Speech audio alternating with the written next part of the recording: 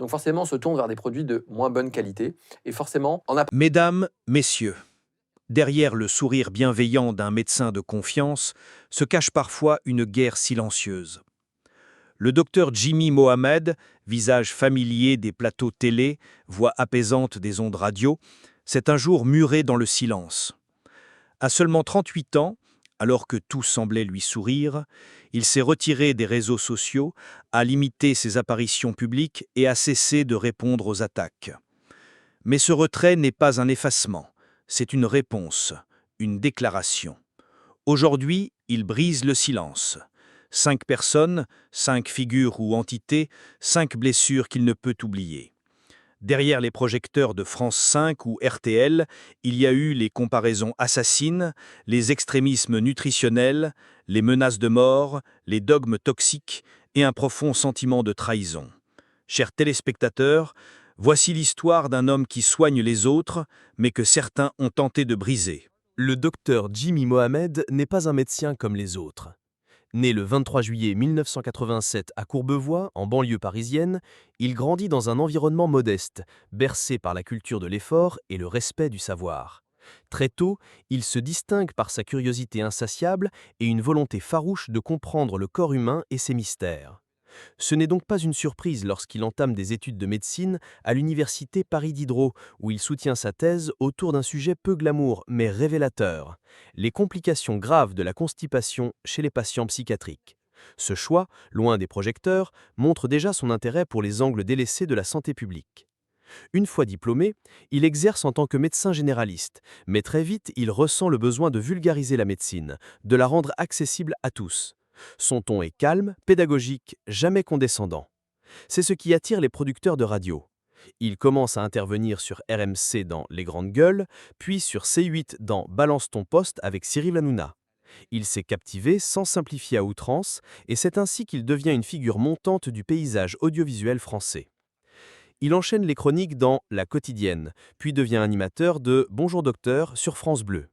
Mais c'est surtout sur RTL, avec l'émission Ça va beaucoup mieux, qu'il marque les esprits. À travers ses interventions quotidiennes, il aborde des sujets parfois tabous, parfois techniques, mais toujours avec cette volonté de rassurer, d'expliquer, de donner les clés. Il parle du cholestérol comme d'un voisin qu'on apprend à connaître, du stress comme d'un compagnon à dompter. Il fait de la médecine un langage du quotidien. En 2023, c'est la consécration. Il prend la relève de Michel Simès dans Le Magazine de la Santé sur France 5. Ce passage de flambeau suscite de nombreuses réactions. Certains saluent un vent de fraîcheur, d'autres multiplient les comparaisons. Jimmy, lui, reste droit dans ses bottes. Il n'imite pas, il incarne. Parallèlement, il participe à l'émission Fort Boyard, dévoilant un côté joueur, familial, plus léger. Cette apparition marque les esprits. Il n'est pas seulement un médecin médiatique, il est aussi un homme accessible, père de famille aimant, époux discret. Il est marié à Souaïla, sage-femme de profession, et ensemble, ils élèvent 3 garçons, loin des caméras. Jimmy Mohamed ne montre presque rien de sa vie privée. Ce choix est délibéré. Il sait ce que l'exposition médiatique peut coûter. Mais derrière cette ascension fulgurante se dessinent les premières failles. À mesure que sa notoriété grandit, les critiques se font plus acerbes, les réseaux sociaux plus hostiles. Il commence à recevoir des messages de haine, puis des menaces de mort. Son entourage s'inquiète. Lui, il hésite. Doit-il se taire ou continuer? En 2023, il tranche. Il quitte les réseaux sociaux. Un acte fort, presque politique, dans une époque où la visibilité est un gage de succès. Son parcours est marqué par la rigueur, mais aussi par le courage. Il ose dire non aux tendances médicales simplistes, aux régimes miracles, aux injonctions culpabilisantes. Il défend une médecine bienveillante, adaptée, humaine. Et cette posture, paradoxalement, lui attire aussi des inimitiés. Le docteur Jimmy Mohamed est donc bien plus qu'un médecin. Il est devenu un symbole d'équilibre, de nuance, dans un monde de plus en plus polarisé. Mais comme tout symbole, il a aussi ses ennemis. Et certains d'entre eux, il ne leur pardonnera jamais. Le tournant, pour Jimmy Mohamed, ne s'est pas produit d'un seul coup. Il s'est construit lentement, par petites fissures successives, presque invisibles à l'œil nu, mais terriblement profondes à l'intérieur.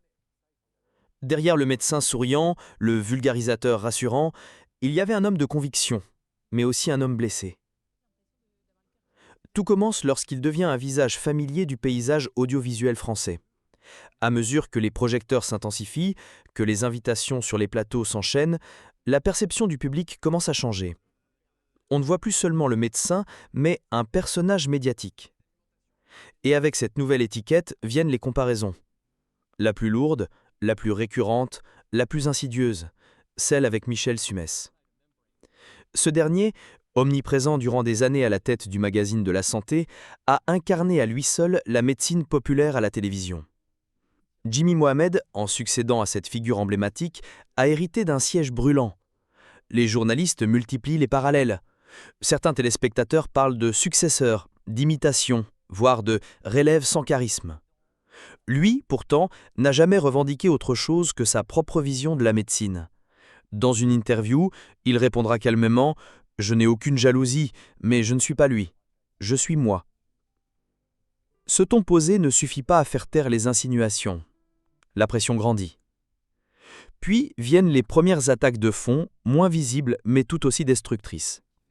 Dans ses chroniques nutritionnelles, Jimmy Mohamed adopte un discours nuancé. Il déconseille les régimes extrêmes, dénonce les approches culpabilisantes, plaide pour l'équilibre et la bienveillance. Mais ce positionnement ne plaît pas à tout le monde. Certains nutritionnistes, influenceurs santé, voire pseudo-spécialistes des réseaux sociaux, s'en prennent à lui. Ils le traitent de laxiste, de médecin mou, incapable de faire passer des messages forts. Pire encore, des extrémistes du jeûne intermittent ou du régime cétogène publient des vidéos pour l'attaquer publiquement. Le docteur ne répond pas immédiatement, mais il encaisse. Il commence à douter de sa légitimité dans cet univers numérique où les likes semblent parfois plus importants que les diplômes. Il continue pourtant d'intervenir dans les médias jusqu'à ce que l'expérience de « balance ton poste » vienne bousculer ses certitudes. Sur le plateau de l'émission de Cyril Hanouna, il est d'abord attiré par la promesse d'un débat libre, sans filtre. Mais très vite, il comprend que le format pousse au clash, au spectaculaire, à l'émotion brutale. Il tente d'instaurer un discours posé, scientifique, rigoureux.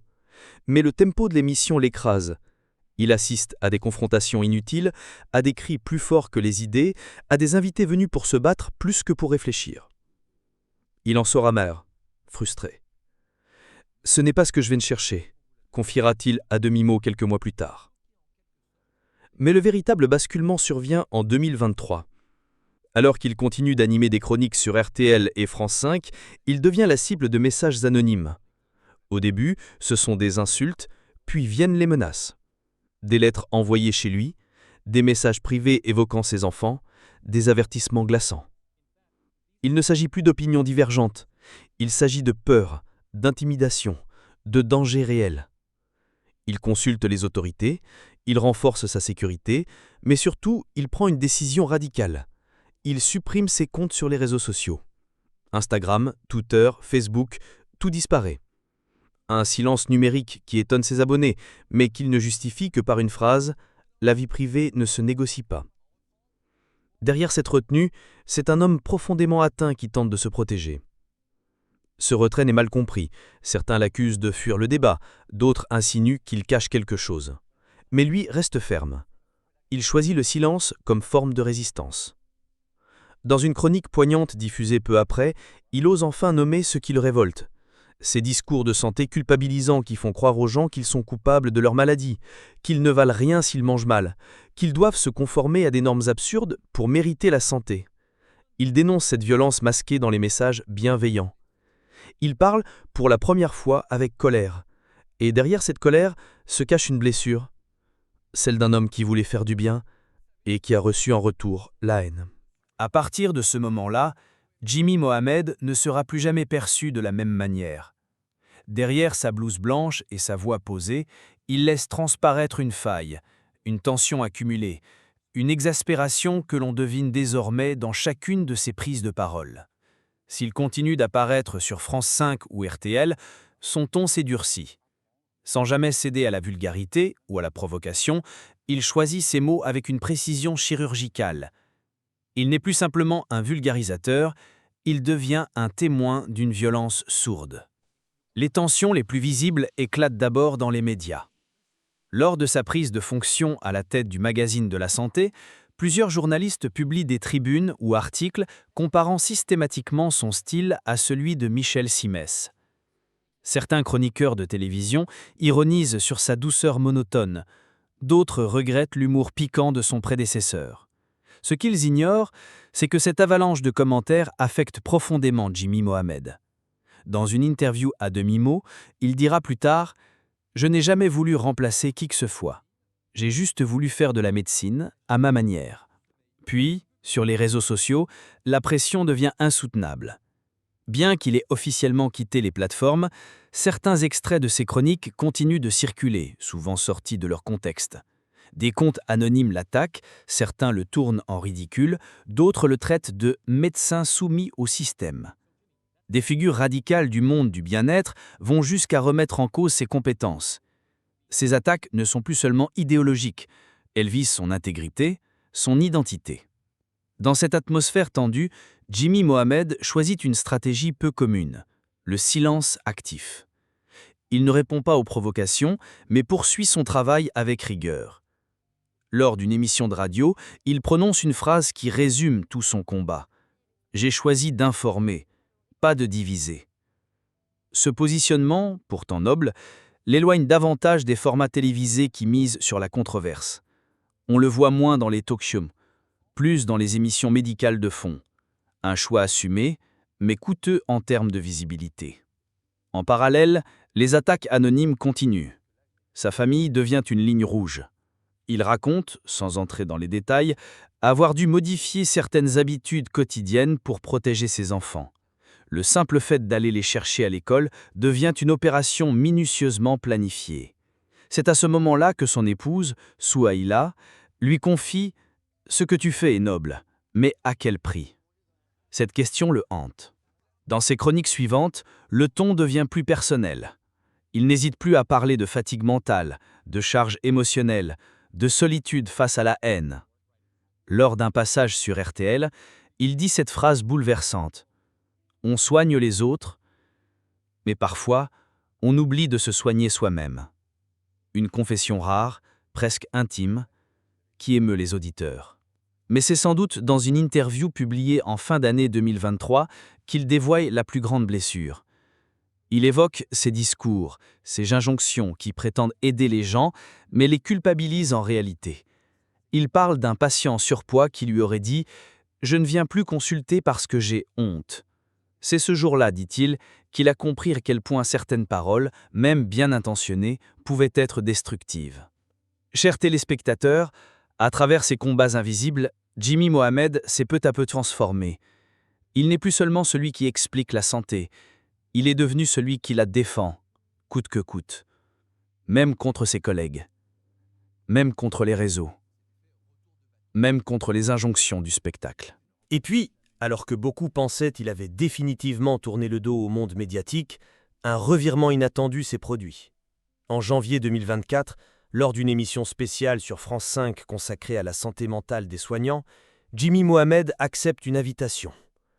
Il ne vient pas pour parler de médecine, mais pour raconter, pour témoigner. Et dès les premières minutes, un silence profond s'installe sur le plateau. Il lui évoque, sans détour, ses doutes, ses nuits blanches, ses hésitations à quitter définitivement l'espace public.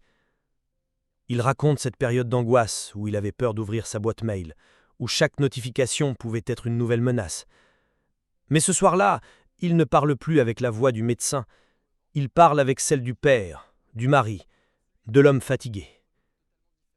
Ce qui émeut les téléspectateurs, ce n'est pas tant ce qu'il dit, mais comment il le dit. Les silences entre ces phrases en disent long. À un moment donné, il confie « J'ai cru que ma vocation devenait un danger pour ceux que j'aime, et je ne pouvais pas l'accepter. » Cette confession, brute, sans artifice, bouleverse. À la fin de l'émission, une surprise l'attend. Une lettre manuscrite est lue à l'antenne. Elle provient d'un patient anonyme qui le remercie pour une chronique entendue des années plus tôt. « Ce jour-là, vous m'avez sauvé, sans le savoir », conclut la lettre. Jimmy Mohamed baisse la tête. Les larmes montent. Il ne dit rien, mais tout son visage exprime une émotion profonde, comme si cette reconnaissance tardive venait cicatriser une part de sa douleur. Dans les jours qui suivent, des centaines de messages affluent. Pas des critiques, pas des menaces, Des remerciements, des mots sincères, des personnes qui disent avoir repris rendez-vous chez leur médecin, d'autres qui affirment avoir abandonné un régime dangereux grâce à ses conseils. Ce n'est pas une réconciliation avec ses détracteurs, mais c'est une réconciliation avec lui-même. Chers téléspectateurs, l'histoire du docteur Jimmy Mohamed n'est pas celle d'un homme brisé, mais d'un homme debout. Debout face aux injonctions absurdes. Debout face aux jugements gratuits. Debout face à ceux qui confondent science et spectacle. Il n'a jamais crié plus fort que les autres. Il a simplement continué à parler avec justesse, malgré le vacarme. Aujourd'hui, il poursuit sa mission, peut-être dans l'ombre, mais avec une lumière intérieure que rien n'a pu éteindre. Il a choisi de préserver ses enfants, de protéger son couple, de ne pas répondre à la haine. Mais il a aussi choisi de continuer à informer, à défendre les plus fragiles, à dire non là où tant d'autres préfèrent se taire. Alors, chers amis, posez-vous cette question. Dans un monde qui récompense le scandale, peut-on encore être sincère sans être vulnérable ? Et faut-il vraiment pardonner à ceux qui ont tenté d'effacer votre voix pour pouvoir continuer à exister ? Jimmy Mohamed, lui, a choisi, et son silence, parfois, en dit bien plus qu'un millier de mots.